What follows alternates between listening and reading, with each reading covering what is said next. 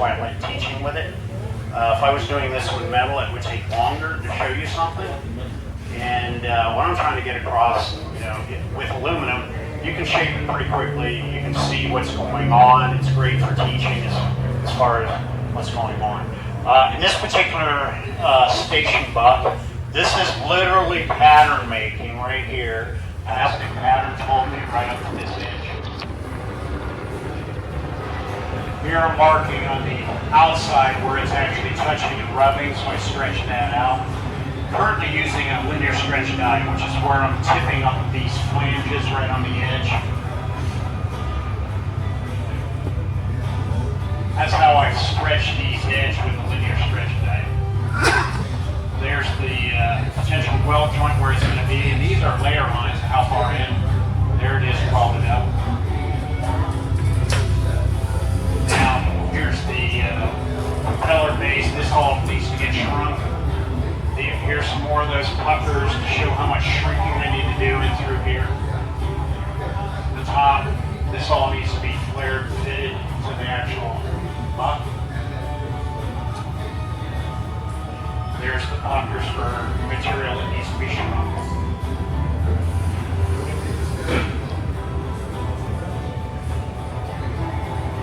This has been shrunk with a no-mar shrinking guide. That's what this is. I have a set of no-mar shrinking guys that I put in the angle. Here's the big, huge puckers all the way up to the line. That's when I have all those various lines showing how far I go into the part.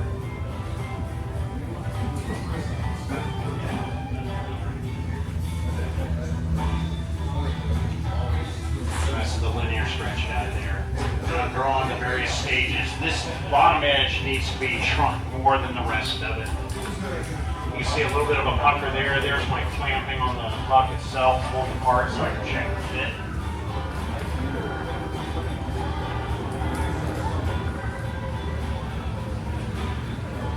This has now been linear stretched to conform to the buck. But the whole idea of having a buck is to give me an idea with this plastic form and being able to fit my part up to something. Tabs so that I can put my weld seat right in here, put my first set of tacks in and hold the part together.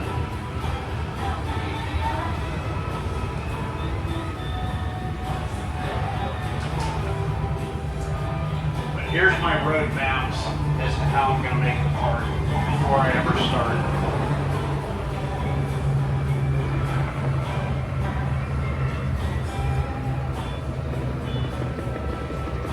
Starting to cut the nostrils out. See the big gathering section of that plastic pattern. The weld seat.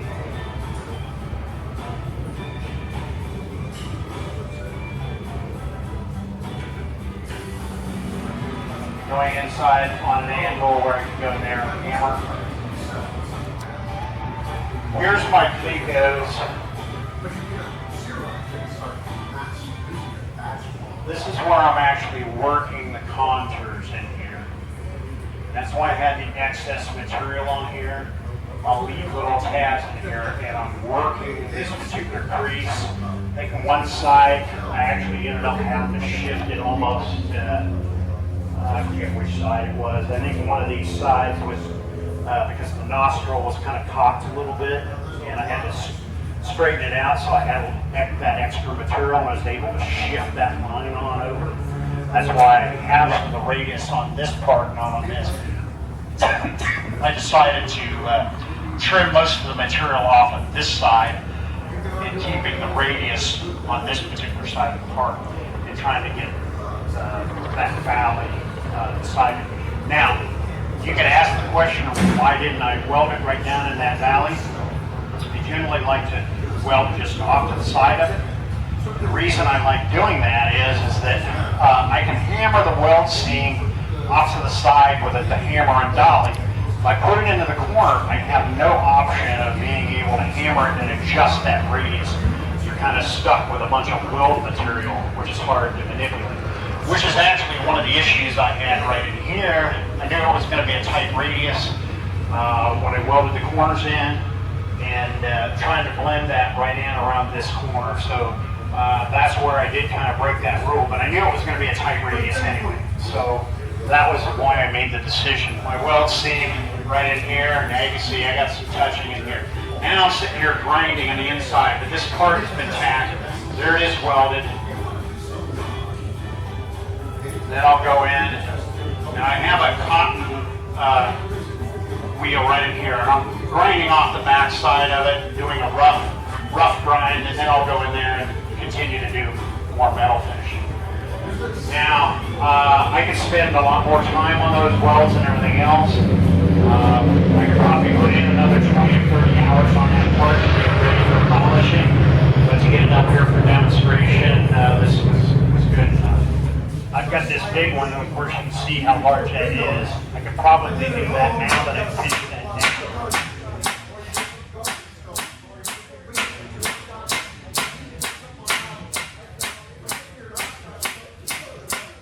Using the table as an anvil. If you try to do this, you lose a lot of your force.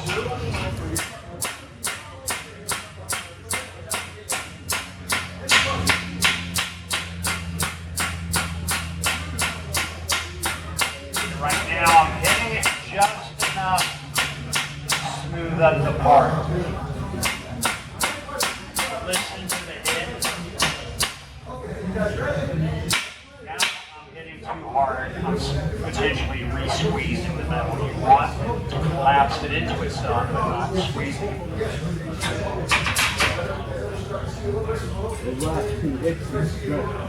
The re-stretch, I guess.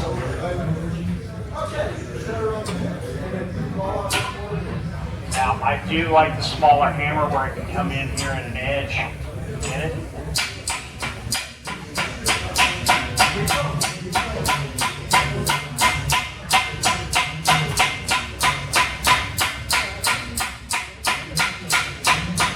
Now, with that being trapped, it's less likely that this bulge will then squirt back on out this way. But if I hammer it, sometimes it will slip in here and I'll lose part of that. That's why I do it this way with hand tools.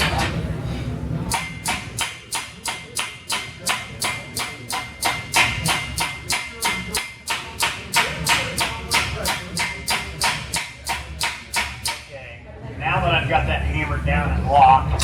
Somebody want to take this larger hammer and kind of hit and flatten this? Anybody up here? Go. There we go. It is. I will tell you what we call Marcel or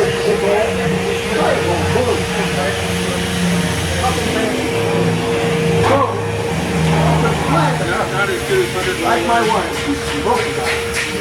Get it, up, wait for it, start it, wait for it, make it clear. You don't want it cold water. That should be good. Alright, I'm here. 2, 3, yep, 4, 5. Look at the roll. Go wag here, look at the wag. 9, 10, 11, 12, 13, 14, 15. Looking good. Now you're going to snap right here for that. Snap right there. Not sure you're jiggling.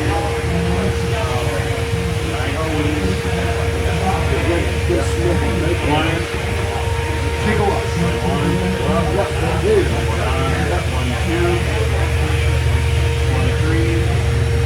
Even when yours come out, this is a little further to go because this is some fun. 25. Just come out, 14. 26. Wait for you to go there. Wait for 1 second. Yeah, some good angle in there. Look at that. That's a real ball. Look at that professional. Still, there's that one little, I know I have a little hesitation over here. Fuck, feel it. It's a ball, not down ball. I can stand it off. Yeah, I can definitely feel it trying to climb. I guess. Yeah, you can not expect it like that. why the book is called Styrofoam. Good question. Yeah. Page 6. I'm not getting in it like that. What gives it the strength to lift more people in an airplane? Well, not just the skin. Surprisingly, I need to make a spar. Both in the canard and in the wing, I need to make a spar. This happens to be the tip of the canard, so it doesn't have what we call a trough in it. Another template will have a trough. In the wing, you can see it, a little different. But each part of the wing that you make will have a deeper part. And what I'm going to do is I'm going to take this S-glass, and I'm going to lay it up in the trough. Now, if you look at this S-glass, and you can pass it around, the S-glass has two components. It has the actual long strands, and you want to put this in there, but I don't want it. I just want these strands in it by itself. And it's designed to be about a 3-inch tape, so it lays up in the trough. If I tried to lay up these strands off of a reel, it would be all really a big gigantic mess. I want to get this to lay up perfectly here, so it comes with these cross threads. I don't want the cross threads in my layup. So, I'm going to lay it up, I'm going to put it in here, I'm going to get epoxy, I'm going to squeeze it on there, and I put my hand here, and there's a little red thread. That's what holds the cross threads in. I put my hand down and I stick it with a pair of scissors and I pull it out. Once I pull it out, I'm going to start pulling out the cross threads. It's really great when you have two people because one person holds it and you pull out the other. When you do it by yourself, you put your hand here, pull, well, I wind it around my fingers, I pull some more, and wind it up. Pretty soon my fingers are all like, I can't get my fingers out. Cut that off. It is sticky. That's one of the fun things about composite is it's a sticky mess. It's also one of the consistent things. Do you like working around sticky stuff? If not, maybe you should do a riveted in RV or do a gas welded Christian Eagle, something like that. You should like what you're doing because you're going to be doing it for a couple of years. Once I put that in there,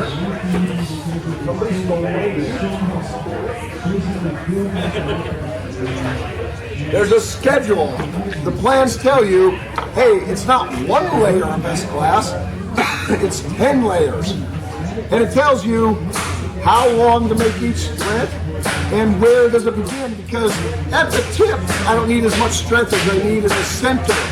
So I'm going to lay this up, maybe 4 plies, full span.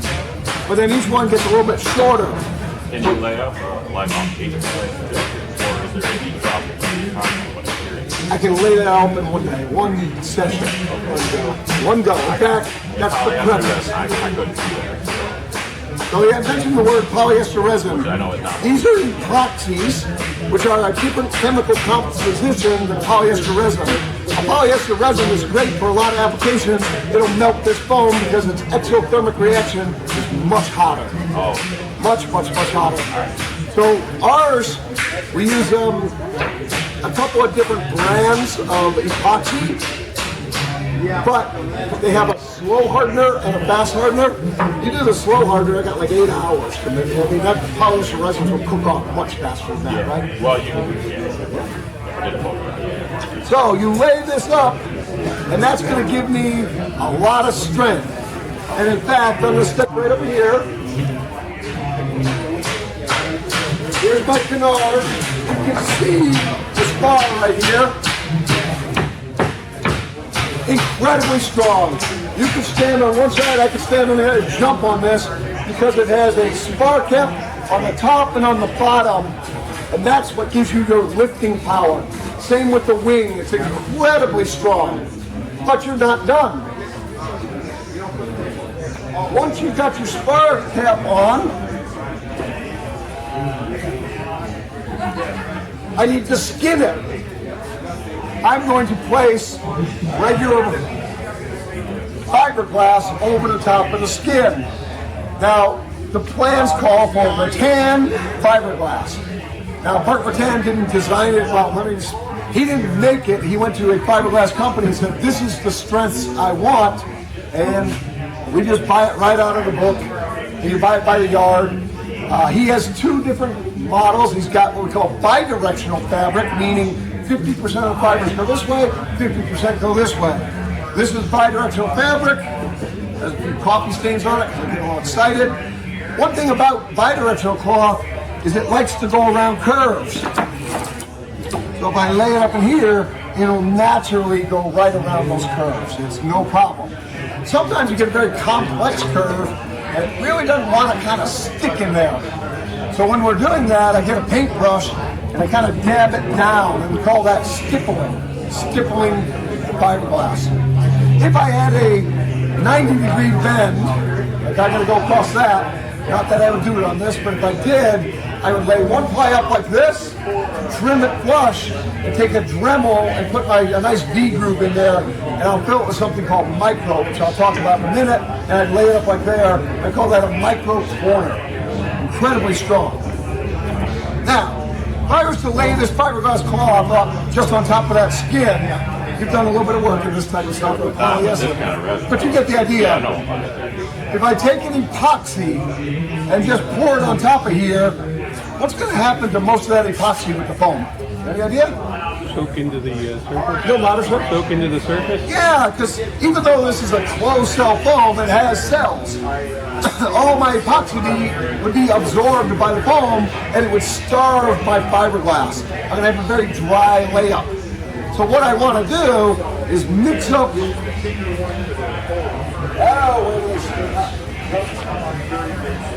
I'm going to mix up this stuff that says GB or glass balloons. It's called micro balloons or microspheres, because if you look under a microscope, you'll find that it's actually made out of glass. It's little glass balloons. It also, somebody says, hey, what kind of cocaine you got there? It floats in the air. If you breathe this stuff, not very good. Make sure you wear a respirator or at least a mask. You don't want this in your lungs. What I do is I take a mix of epoxy, my epoxy plus my hardener, mix it all up, and then I'm going to mix in enough micro balloons to give me a slurry mix. How much is too much? How much is enough? It's sort of experience. It's about thickness. I don't want it peanut butter thick, but I don't want it runny like liquid. So you kind of get it where it's just a slurry, and it's sort of practice. I take that slurry mix and I put it over here and I squeegee it, and the foam will absorb the micro with a little bit of epoxy. While that's still wet, I lay on my glass on top of it. My goal is to have the glass make a good mechanical bond, chemical and mechanical bond to the foam, so that I cannot peel it off, because that would be called a delamination. That would be bad. When I lay up the glass on top of it, I'll put epoxy again and I'll squeegee it all out. Now, I mentioned that there's bidirectional fabric and unidirectional fabric. When you get this stuff, it comes in a 36-inch wide roll. I look at my wing, you don't go the length of the wing like that, you go at a 45-degree angle. Well, that means it won't cover all in one. You're going to have multiple side-by-side layers. Do I want to do a overlap, or do I want to do a butt? Anybody want to guess? Overlap. If I do an overlap, sir, I'm going to have a gigantic bump in my wing. So we actually butt it, and people go, it's going to be weak. Well, I'm going 45 degrees this way, and then the next layer I go that way, so you don't have, that's why you butt this, okay? There are parts of the plans where you do an overlap, but not there. If I do an overlap, I want to make a little divot.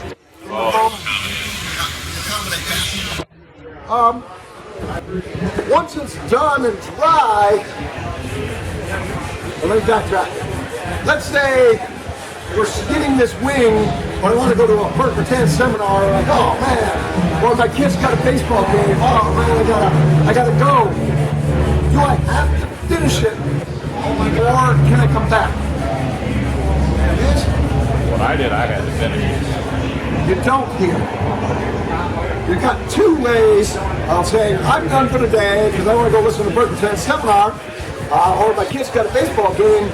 You can just let it cure and come back and take a sandpaper and scuff it up. Why? Two reasons. One, when the epoxy cures, it lets off sort of like a little gas that's kind of waxy. And if I put another layer on top of it, it won't stick. It won't stick at all. It's just not going to, I can rip that right off. So I want to get that gas and wax off of there and scuff it up. I don't want to damage the fiberglass cloth, but just scuff the epoxy up so the next layer will make a chemical and mechanical bond. But there's an easier way. I can go get something called peel ply. Anybody ever heard of peel ply? Yes. Not nylon, kind of close. Ma'am, have you ever heard of, I might say this wrong, Daycon fabric? Yes? Polyester. I go to Joann's Fabric and I go over to the wedding section. And I buy it 10 yards at a time, and you put that on there. What it does two things for me. Number one, when you cover it, it'll absorb any excess epoxy that you do. Any excess, if you do too much, which is not stronger, it does not make your airplane stronger, it simply makes it heavier. And I don't want a heavy airplane, I want a 200 mile an hour fast cruiser. So it'll absorb that excess epoxy, and also when I rip the peel ply off, hence the name peel ply, it takes off all that waxy build, and you get a nice smooth surface, and you don't gotta sand it. And now I can come back and put another layer on it. Does that make sense? But you're not done yet. If you look at the canard, come on over here and look at the canard. This is the spar cap, and it's got the skin on it. Feel the skin. You can feel the texture of the fiberglass. If I go out and look at some of the canards that have been finished, they don't look like that. They look like glass.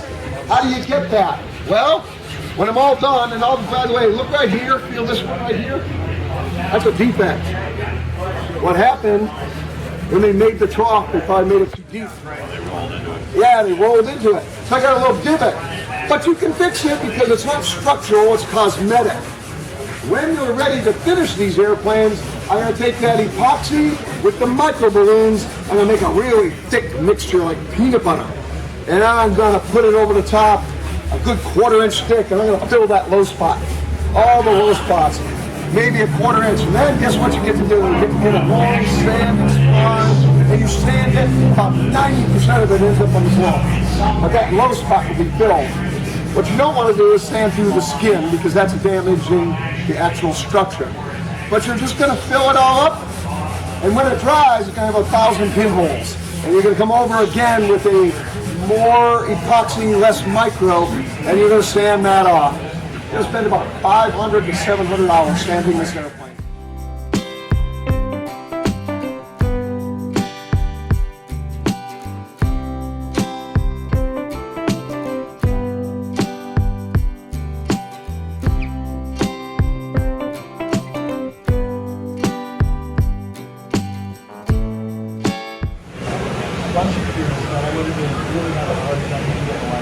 Did you do your training?